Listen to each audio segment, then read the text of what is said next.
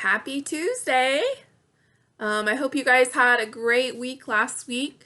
You guys did a really great job of completing the first two Safe Dates modules online. Um, and I just wanted to take a minute to answer some of the questions that you guys have had so far. So the first question is someone asked, is flirting with others an abusive trait or is it just unhealthy? So that's really going to depend on the situation. For one, what is flirting?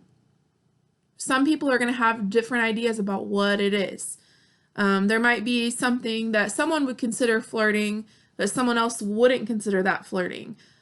So I think that it's really important to have a conversation with your partner to kind of lay out some boundaries of like what you're comfortable with and what they're comfortable with, and what you would consider a violation of your boundaries and what they would consider a violation of their boundaries.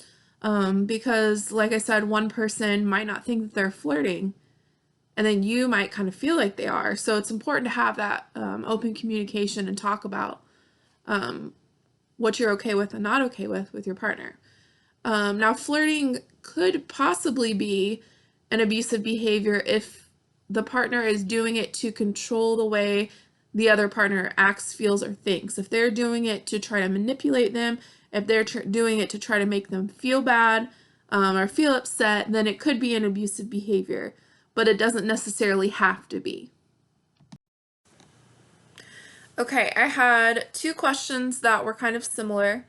One is, what do you do when you are not comfortable in a relationship and they won't let you leave? And the other is, how do you get out of an abusive relationship if they don't feel the same way?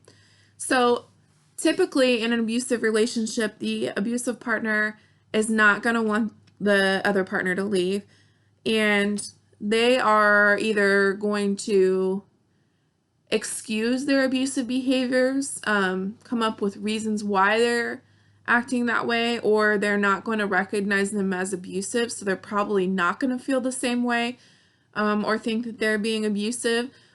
And it really just depends on the situation. So sometimes it's not safe for somebody to get out of the relationship at that point.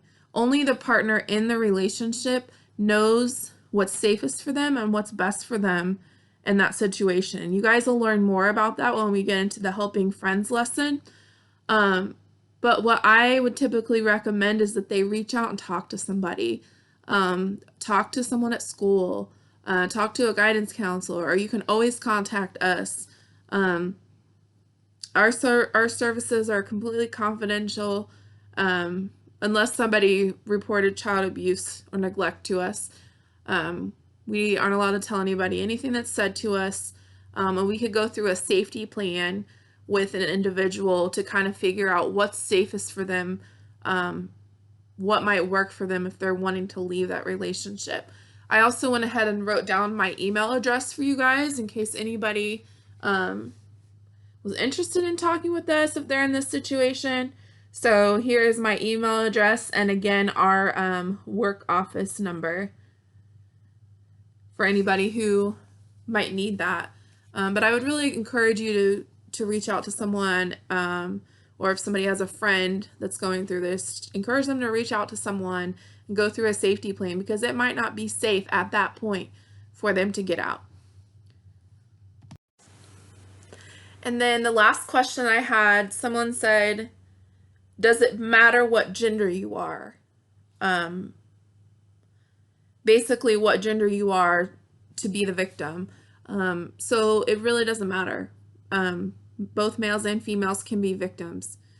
The statistic is that 1 in 3 women and 1 in 4 men will have been a victim of domestic violence at some point in their lifetime.